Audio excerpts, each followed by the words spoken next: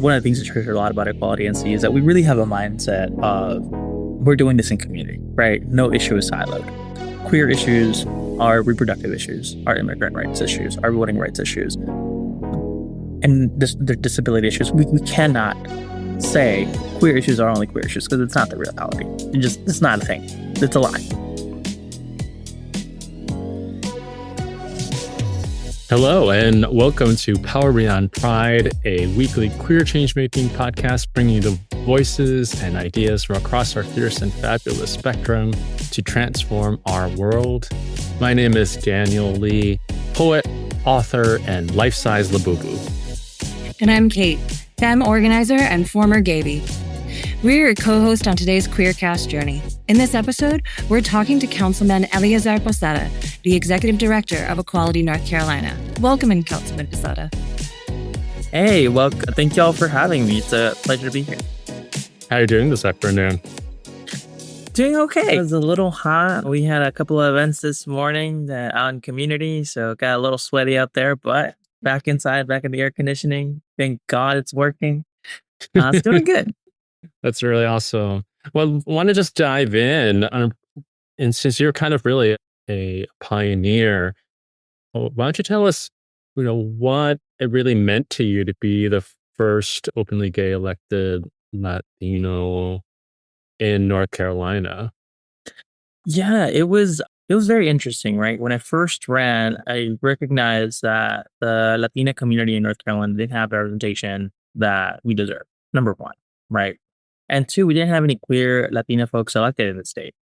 So one of the reasons I ran was for that, but also because I love my community, right? I wanted to be able to make an impact. I knew a lot of things happening in town, and I've been very involved for years. So it was a natural progression for me to really run for office and represent in a different way and bring some of my perspectives to town council. But it really didn't really hit me that I was the first until a couple of months after the election, right? We did the election, we did the campaign, we talk about it during the cycle, and it becomes a couple of questions that people ask, and we talk about it. Then we pivot to the issues in town. And then about a month and a half after I get elected, I'm invited because my election was in May. I got invited in June to a Latinx Pride celebration after party where I was asked to take the mic while the queens are doing their break and talk about the importance of voting and representation. And of course, I'm like, why not? I can do that. I can give speeches. So I'm thinking no one's going to know who I am when I come in, right? This is a couple of towns over. People are going to be like, yeah, sure. Okay, cool. But, I'm introduced and the crowd goes wild. And I'm like, holy moly, here people actually know who I am. That's funny. And then it was the moment that I realized how important this was. After the speech is done, after the show, I'm hanging out with some of the queens in the back patio of the space, and there's someone that's just chilling a couple of feet away, and you can tell that they want to talk to you. You want to talk to you, but they're a little nervous or whatever. And I'm like, all right, I'm just gonna say hi. So I just was like, hey, what's up? How you doing? And this is a queer person from rural North Carolina who had been following my campaign and my work before that, and who just wanted to say hi. And I'm like, oh yeah, hi, get to know you. I gave him a hug, and they start crying. Right. And I'm like, what did I just do? What happened? Oh my God, what did I just do? And then we talked for a little bit, and they let me know they are queer Latina in a rural area of North Carolina, a teacher and by profession, and is afraid of coming out and has been following the work they were doing and never thought that they would ever see someone that looked like them in office and representing in the way that we do or that I do. It was just very impactful, right? Because it hit me right there, right? This is a person that lives almost 2 hours away from Little Carborough, but the work that I was doing in a small town is impacting queer Latina folks across the state. So it was, since then, I've made it my mission to not be the only one, right? We now have 4 queer Latina electeds in the state, 2 others of which I supported in their campaigns when they first ran and as they were doing it. Because yes, I was the first, and I think there was a lot of really great things that came from that, but I never wanted to be the last. And I know that my colleagues serving other municipalities will continue that work to push for representation, specifically queer folks in office. That's beautiful. Thank you for sharing that. And that's such an incredible impact to be able to see and feel, literally feel in real time. That's so beautiful. And I'd love to hear more and kind of start at the beginning. Tell us a little bit about your journey. What politicized you? What made you even want to make change in the first place? Yeah, believe it or not, this started when I was a kid. I was raised by a single mother. It was my brothers and I. And one thing that my mother always told us is that she wasn't going to leave us with any riches, but she was going to leave us with a damn good education. And part of that is recognizing that there's three things in life that are for certain. One is your family. They don't have to be blood. They're your family, your community, and yourself. So you look out and you fight for those three things. So if you ask my mother, she'll say that everything I know, I learned from her. Right? She was an organizer of farm workers back when we were younger in South Texas and traveled across the U.S. with. She would negotiate with farm owners and make sure that we had the labor and the pay and the living and all that fun stuff. So I have two brothers, all of them born in different states in different seasons. Right? My younger brother was born North Carolina tobacco season. I was born in Florida in sugarcane season, and my younger brother was born in Texas in cabbage season in South Texas. So it's interesting to see that, right? But growing up with a mother who was, even though we had some really tough times, right? When we were young, I remember being in elementary school and have to wake up at 4 or 5 in the morning to help her peel potatoes that we make breakfast tacos to sell before we went to school, and then helping her close the restaurant that she was managing afterwards. She always made time to be in community, right? There was this old lady in our block that I we could not get along. I was like a spunkish little kid. She was older and a little grumpy, and my mom always made me go take her dinner. Always. And I'm like, she likes Josue, my older brother. She likes him. Why don't you send him? He's nice. But anyway, I say this because fast forward to I go off to college. I have to pay my way through college. I get involved in different pieces of work, right? I went to Campbell University. There wasn't a queer organization or Latino or Latina student organization. So I was like, I'm going to start one. Why not? So I gathered some folks and we started doing that work. And I recognized that one of my passions was similar to like my mother's, is really representing community and being out in community. My whole plan was to go to law school. I got accepted into my top school. I was going to go to Georgetown and be this big time lawyer and make a lot of money and then be a judge and all this fun stuff. Yeah, that didn't happen. But I decided between my 4 year degree and law school to take a break. I had just worked a lot, did a lot of work, and I was like, I'm a burnout. So let me take a year. And I started working at a nonprofit that I had been supported by called Centro Hispano, right? They were at the time the only Latino organization having a support group for queer kids, specifically queer Latina folks. So I was like, I'm gonna give it. I'm gonna go there, work for a year. It'll be cute or whatever. That one year it turned into two, turned into three, turned into four, turned into five. And I started off as a volunteer and ended up as a acting president and CEO of the organization. And this is in a 5 year span, the largest Latino nonprofit in North Carolina. I helped it expand. So along those lines, I realized again that there were so many pieces that we can do a lot of work in. And so it was just kind of a natural progression, right? It was I get invited to talk to someone here, or Durham Council is doing something funny, and here goes Eliazar to speak up against it. And just being in a community, it was hilarious. One of my big time supporters and current elected official in Orange County met with me about 2 years before I ran and handed me a check that said, Eliazar for mayor. And you're going to do this one day, and I will be the first one to give you this check. And I was like, sir, calm down. You're crazy. No, stop. And lo and behold, 2 years later, I run for office, and he gives me a check, but for council. So yeah, I think a lot of folks realize that I needed to be in this elected role before I did, but I knew that I wanted to represent community in a much deeper way since my young age. Where we'll go from here, I don't know, but I also know that there's a lot of deep things, harmful things coming up in community, right? And like they're impacting our folks. We talk about queer issues here in North Carolina and across the United States, what we're seeing out of DC, what we're seeing out of Raleigh. We talk about the immigrant folks in the state, how that's impacting our queer, undocumented communities here in North Carolina, which have a significant population.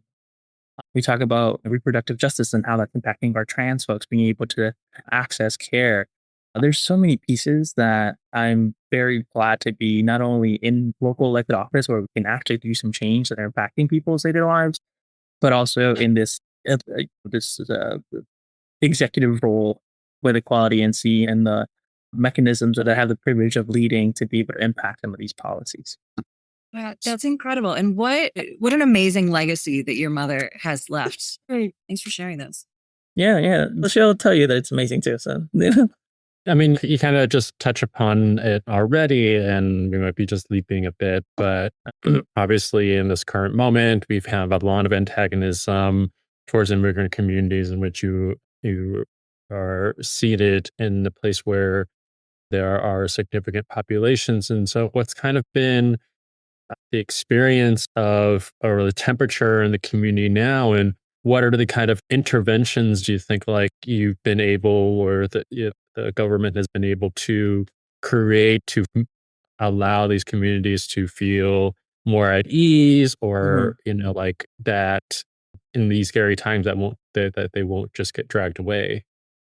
Yeah, and this is the unfortunate and very real situation that we're in, right? We're talking about administration at the federal level who does not see our immigrant community as people, who does not see the harm in kidnapping folks from the grocery stores or from their work and how that's impacting their kids at home, which also causes tremendous amount of fear, right? We here in Carborough, actually, about 7 years ago, I started the Latinx Orgullo, which is Latinx Pride, and it started off as we didn't have a space in the big pride, so we were like, why complain about it? Like, just make one, right? And that's been a pride that has been growing every year, and it happens here in Corborough for the last 6 years.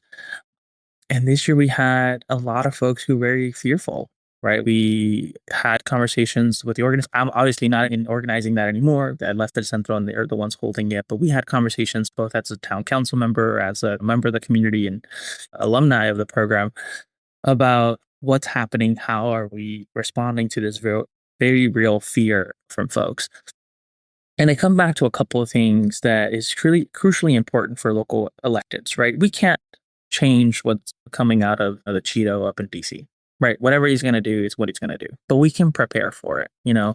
As local elected officials, we have the ability to create policies like non-discrimination policies, like non-cooperation with ICE in our law enforcement, like trainings for know your rights, like information and sharing with community that maybe doesn't solve the whole problem, but allows folks to understand what's happening, to know that there's people who have their back, and really be prepared, right? Because it's not about if or maybe ICE will be in our communities. It's like, when is this going to happen and how are we preparing for it, right? How are we creating policies so that our chief of police has to inform our community advocates about any information they get about ICE coming into our communities? How do we make it so that folks have a power of attorneys ready to go, know what their rights are, have different resources, right? How is the town working with our local advocates and organizations to make sure that there's funding for that? So there's a lot of really great work that we've been doing here in Carborough, and a lot of my colleagues across North Carolina have also been working at the local level because, again, it's not about if, it's about when, right? And want to make sure that, or at least, what we know that this is coming down the pipeline. So how we're preparing folks, right? Also, we have a lot of work to do in the General Assembly, right? North Carolina is not unique when it looks at some of the bills that is being proposed and passed that are impacting not only queer but also immigrant folks and like requiring different cooperations and different policies that are making it easier for the federal government to come in and destroy immigrant communities. And in North Carolina, we broke a majority in the House, right? So we're able to uphold vetoes. So now it's not only making sure that those bills are vetoed, but let's uphold that. And sometimes we don't have the votes, and I get that, but we have a voice. We can't simply just say we don't have the votes, we can't do anything. Well, you fight every single second up until that thing becomes law, and even after it, you file some lawsuits. You do whatever it is you can, and many times local elected officials need a little bit of a push from community, and a lot of community rightfully focuses on like, the Congress or on the White House or on the governor's mansion. But also, folks, I always encourage folks to see what your local government is doing and how are they advocating for you and your communities and the communities you care about at the statewide and federal level. Because yes, we are local folks who don't really have a direct line to the White House or to the Speaker of the House and Congress, but we're not powerless. We have a lot of work that we can do, a lot of conversations we can have, a lot of people who are also going to be looking to us to lead. And it's our time as we looking at these perilous moments to be leaders and bring in grassroots as we try to fight this massive attack on not just our queer and undocumented community, but on women's rights, on voting rights, on everything we hold dear. Absolutely. And I can't wait to talk more about kind of these interventions, this resistance, but we're going to need to take a quick break. So please stay tuned to this episode of Power Beyond Pride, where we're in conversation with Councilman Eliazar Posada.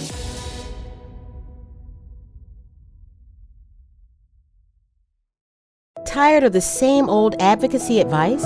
Get ready for a fresh perspective with The Idealist, the monthly newsletter from A Great Idea. We're the queer-owned agency that's been sparking change since 2015. Each month, The Idealist delivers a unique and inspiring approach to advocacy building straight from innovators across the country.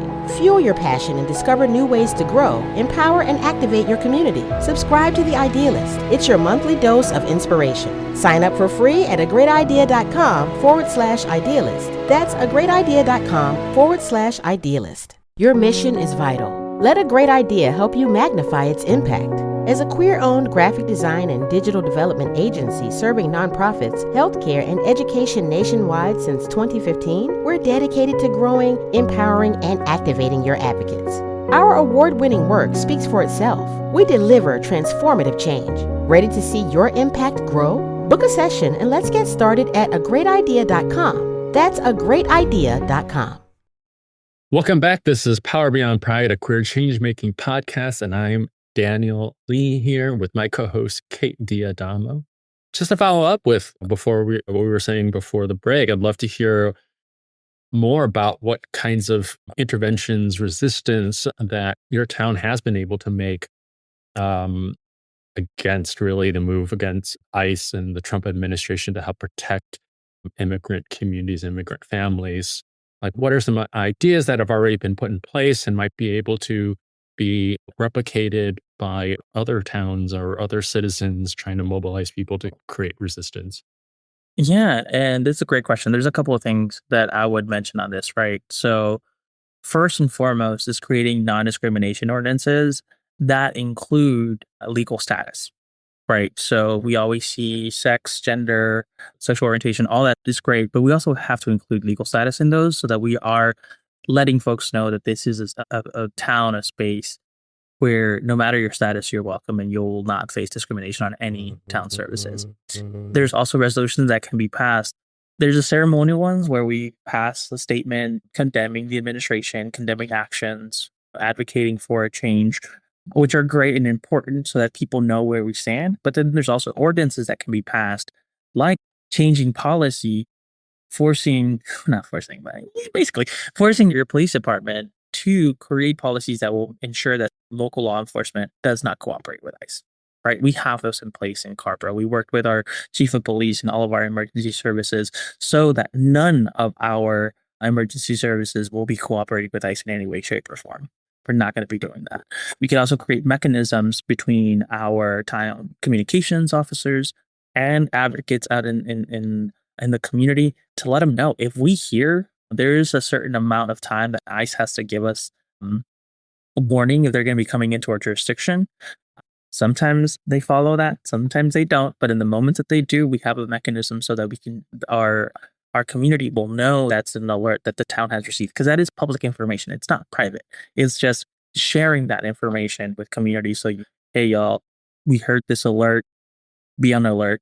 Make sure you have all of your things ready to go in the moment that you need to, right?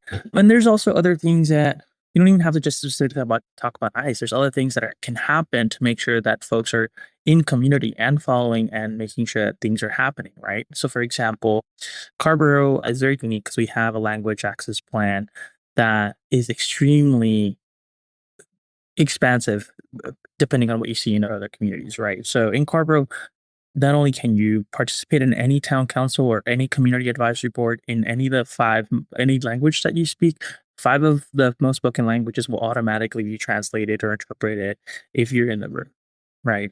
And that also means our communications goes out in the five most spoken languages in the town. If you are speaking one of the languages that are not those five, there is mechanisms we have to bring in an interpreter to be able to have those conversations and provide all the information in the language that you need it. That is important because, again, it shows folks that we are listening and we're wanting to hear from them, and then we want them to hear from us in a way that they can fully understand, right? That's like step number one in building trust. We also have several community programs that we call Carborough in Motion, where we go out into communities and like apartment complexes and bring services and do Zumba with them and ask them about what do they feel about our parks? How do you feel about this downtown vision plan coming down the road? We bring in our chief of police, our fire chief, different members of the town staff, our town manager, our mayor. Some of us go to those things, and it's to build that community. So we need to do that before there's an emergency, right? Because if you have an emergency, even if you have the most wonderful mechanism in the world that shoots it off in all the languages possible, it's emailed to every email in town. If you don't have the trust of community, that doesn't go anywhere, right? You need to have to build that. So I would say that there's a lot of really great mechanisms, but when you're looking at specifically against ICE, we have the power to make ordinances in our town. We have the power to dictate who our police department works with and who they don't. And we have the ability to make it very clear to all of our community members where we stand on these issues. And I think any community who's willing and wanting to support our immigrant communities needs to do all three. That's fantastic to have such a thoughtful and responsive local government. That sounds like such an incredible offering to the community and such a beautiful form of engagement. And I would love to pivot a little bit and talk about your work at Equality North Carolina. So first off, formerly you were the former head of Centro Hispano, and I think the story of actually moving up and actually being served by an organization and leading an organization is exactly what we dream of in those spaces. And you better than anyone knows that we don't live single issue lives. Just because you are Latino doesn't mean you're not LGBTQ. And so I'm curious, how has that shift been to kind of look at something from a different lens while still holding all of that history and that past of all of the places you have Yeah. worked and been in community? I will say it was a little challenging at first, right? Because I definitely came into Equality and Seized. I mean, of course, I've been with El Centro. I ran a lot of their queer programs, and that was part of my portfolio, and that was important. But that was a small piece of the overall work, right? But I knew as a queer person that I needed to make sure that I was working for queer community at a deeper level, and that's why I joined Equality NC. But it was very first couple of months very difficult to get out of like the immigration kind of alert space, right? Where because there's different mechanisms you have to follow in these different spaces, right? And there's a lot of emergency action that happens in LGBTQ spaces, but it's very different than immigration, right? Immigration is like move now. With queer issues, it's like, all right, we need to move. We have a couple of hours to figure something out and respond. And there's most of it is policy based. So it's like we have a little bit of time to fight back on that. And then I also have to realize that my hat changed. So folks who were now leading immigrant movements, there's other folks who moved into leadership. So I need to give them space to be able to do that, right? I was coming into some of these spaces and still sucking a lot of the air out of the room because that was what my role was before. And then I was like, folks would look at me like, all right, what are we doing this? Okay, we'll move this guy, talk to this other one, get a colectivo up here, make a press release. And then I was like, wait a minute, that's no longer my job. Someone else has that. I need to come in here and shut up and just like blanket support the work that other folks are doing, which was very difficult. Just to be honest, it was very difficult. But then I also realized that now I need to take that space in the queer movement. right? Because I'm taking over someone who was doing that work. So like we want to make sure that we're consistent. But one of the things that I really appreciate is I was able to bring in my immigrant rights movement contacts into the queer space and do some really great collaborative work together. Not that we were working together before, but it's just very different when you get to know these folks and you work with them directly, and that kind of building trust piece is not needed to when I start this new role, right? So it was really interesting, and I think one of the moments that I treasure, or one of the things I treasure a lot about Equality NC, is that we really have a mindset of we're doing this in community, right? No issue is siloed. Queer issues are reproductive issues, are immigrant rights issues, are voting rights issues, and the disability issues. We cannot say queer issues are only queer issues because it's not the reality. It's not a thing. It's a lie. So we really moved into very much a collaborative way of working with folks, right? When I first started at Equality, one of the first things I did is go to all the other folks who are also working on in the legislature, right? So we had the ACLU and Planned Parenthood, and there was work together that happened. But I realized that we're all going to the same people, we're all fighting the same bills, maybe look a little different. So let's work a little bit more together. And I started this group chat and I named it the trifecta, TRY fecta, because it's three of us. We try our darndest. We still get our butts whooped in that building, but we try our darndest. And we were able to really share resources, right? So if someone is in the building, like, hey, we just heard this dropped. Oh, Liz is in the building. Liz, can you go talk to them? Even if it's a queer issue and it's not Liz's kind of domain, but was able to do that. Same with myself. If I'm in the building and something comes up with Planned Parenthood, like, hey, can you go talk to this person? I got it. And really building that intersectionality of work and sharing that has continued to this day. And we have a working group where we're connecting with folks from different spaces and flanking and supporting. We all lead in the pieces that we are leading in, right? So when it comes to queer issues, the one that helps coordinate what our messages, who are going to go over here, who's going to do this, who's going to do that, how are we going to plan the rally, who's in charge of the permits, all that fun stuff. But when it's like Reaper rights, I'm all right, what do you need me to do? And kind of holding that type of work has been really crucial and important. And I think one of the reasons that I'm able to do that is because of the fact that I come from a space that it was so natural to work with so many other people, even when we didn't agree on 100% of the things. Sometimes you didn't agree on 90% of the things, but you agreed on that like 10%. That's what we're working on. And knowing that you can't do this alone. So I think, yeah, I'm very proud of some of the work that we've done in that place. Speaking of threes, you're kind of all organizations are under like a threefold pressure of funding, right? Of federal funding gutting local municipalities, organizations, of course, too, or regranting organizations, immigrants, of course, and people with trans experience or gender non-conforming folks. And so how has Equality North Carolina or Equality NC kind of been like either reshuffled its priorities or has it, or like how has it kind of responded to current circumstances in terms of the work? Yeah, so that I think one of the things that we started doing last year was preparing for the eventuality of having a funding reduction, unfortunately, right? We started looking at reading the tea leaves and all that fun stuff and realizing, regardless of what happens in November, we're going to see some changes. So we started planning what would that look like.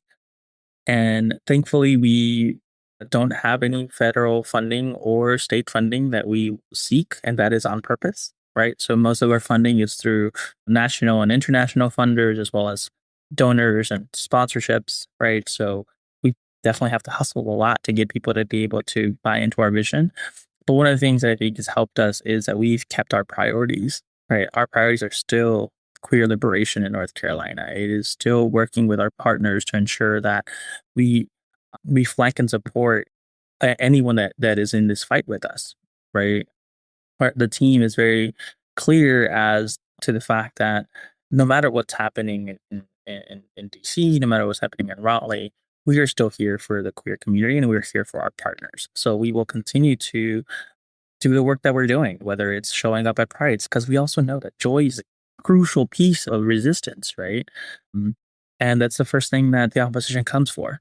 they come for our joy. They come for our spaces of gathering. So we work to make sure that those continue to happen.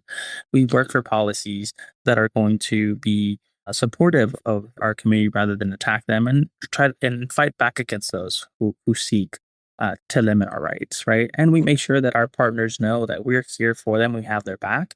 And then it's also helped them really dive into some of our work too, right? So it, I am very privileged in the fact that we have a team who started planning for this shift. And we have funders who have kept the line on a lot of the funding that's coming in. Obviously, there's always a lot of work to do when it comes to making sure that corporations continue to give us their sponsorship dollars, because those are important, right? And we've had a couple of folks who are like, well, we don't know with everything coming up. And we've had to have some come to Jesus moments with some of these folks and really push them to stand with their values rather than to let those wane. So it's always a work in progress, right? Nonprofits, we're not known for having boatloads of money, right? And Quality NC is 3 different organizations in one, right? So we have our C3, which is the non-political part, our C4, which is political work, and then our PAC, right? So our C4 is very lobbying, and our PAC is the one that really helps out with candidates. And depending on the time of the year, it might be easier to fundraise for the nonpartisan part. When we get close to elections, it might be easier to fundraise for the political side of it. So working with my directors, also making sure that we are staying on top of it, has been how we're dealing with some of these changes coming in the pipeline. We're worried about sustainability, right? That's always a key thing, because we can only do so much in the day. We can only do so much in the week, and there's other things that we have to do. And asking for money is a part of it, but it can't be our whole job. So we're always cautious as to what's coming down the pipeline. But again, I'm very pleased of having a team who we're looking at the long game, and we're a little prepared. At least we were prepared before this administration came on board. But as always, we can always use any support. So if anyone out there listening wants to support to Equality NC, go to equalitync.org and give us your dollars. Of course, you can't have any shame about needing support. Absolutely. Oh, no. Well, that just sounds great. And we're going to take a quick break here and stay with us, because we'll be back in a minute to play a speed round of questions with Councilman Posada. We'll be right back.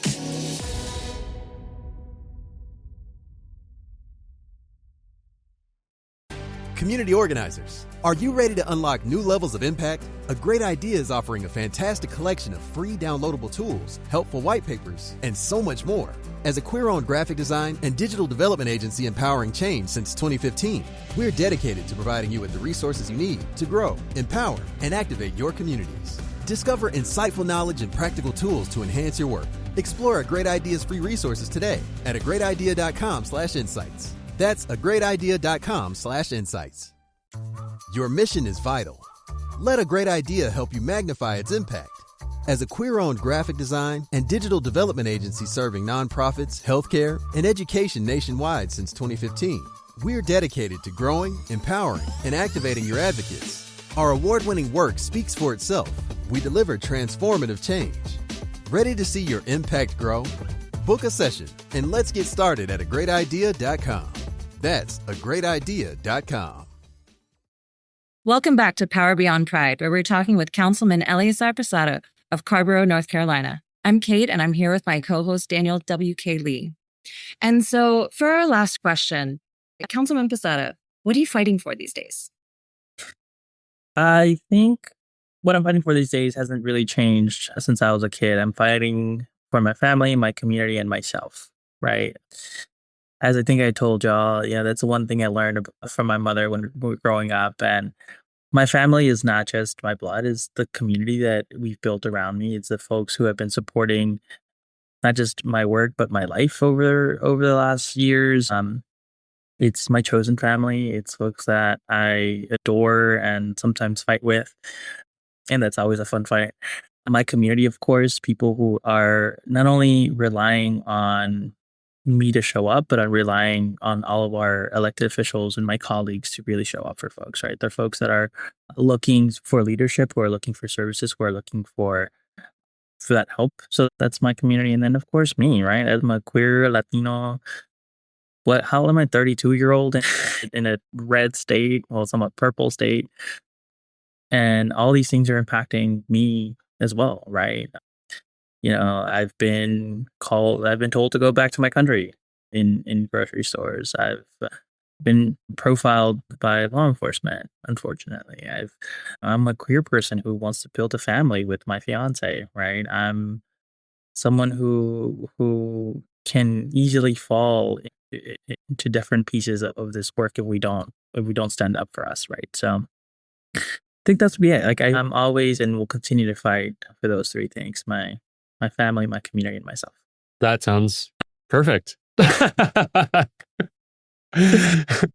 Well, we've been talking a lot of deep stuff. And so we're going to shift over to our speed round of questions where we're going to get to know a little bit about you and the Oh kind of God. maybe idiosyncratic things possibly.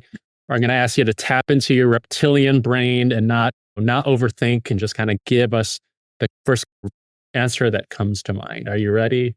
I got it. Let's go. Okay. All right. First question. What makes North Carolina barbecue better than Texas barbecue? It doesn't. That's it. No. Texas Unequivocal, barbecue is so it. quick. Yeah, love it. Who is your political inspiration? Oh, too many, but RGB, Ruth Bader Ginsburg. Nice. Worst place to take a first date? Worst place? Worst place. The movies? Like, who does that? You can't talk. Yeah, I wonder why that's such a persistent, I don't know. first Like, I date want to talk. I idea. want to get to know somebody. It's like the movie, you have to sit there and it's a little awkward. It worked when we were teenagers and didn't know what to do on a first date Yeah. and just needed to do it to get it out of the way. I think then it was perfect. Yeah, Or- that's fair. or- That's fair.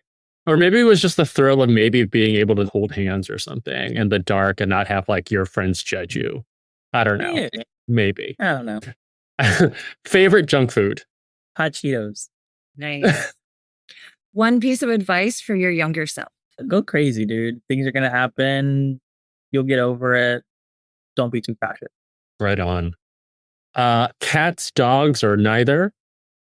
Dogs, but I live with 2 cats, so that's a little controversial.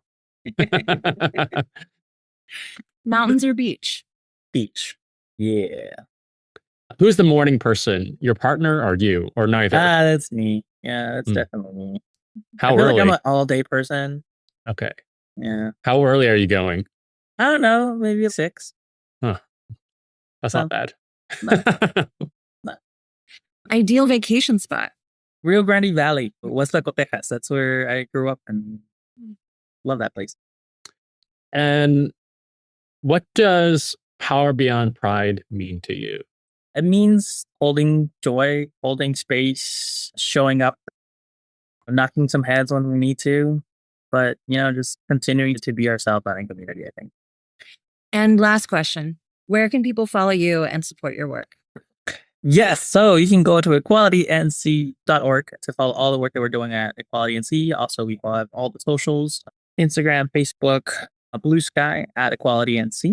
And you can also follow me at Eliazar Posada on all of the socials, including, no longer Twitter because we don't like her, but you can follow me on Instagram, Facebook, and Blue Sky. And you can always find my email at the Carborough Town Council. If anybody wants to get in touch with me, just go to carborougnc.gov to find my info there. Well, I want to thank you so much for being here with us. We are out of time for this podcast, but we would love to have you join us again and share more of your work and your thoughts. I'm down. Yeah, let me know. Awesome. Well, thank you, Councilman Posada, for taking time. And I'm your host, Daniel W.K. Lee, author, poet, shredder aficionado.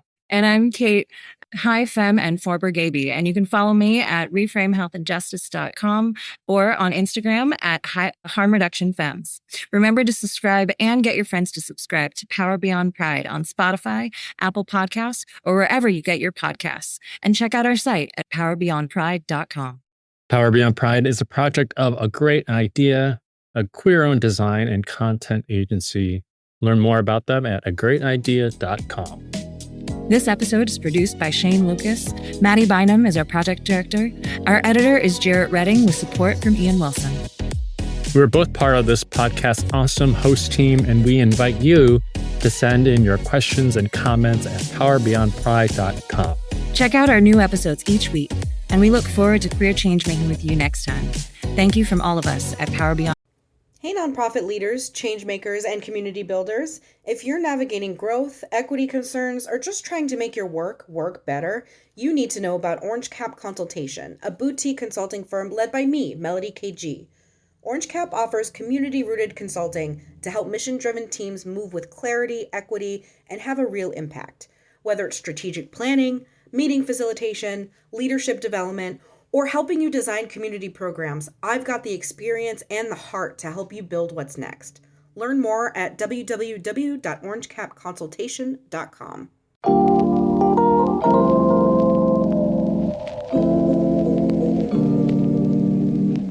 Hey, this is Sean Aaron, he, him, his, and I'm here to tell you about Them Boys Podcast. I'm the host of Them Boys Podcast, and as a Black queer trans man, the podcast amplifies the voices of other trans men of color as we share our transition stories. The podcast not only amplifies the voices of trans men of color, but it raises awareness and conversations around our lived experiences. You can listen to the podcast by going to themboys.org/podcast. That's DEMBOIS.org/podcast. I hope to have you join us on the next episode.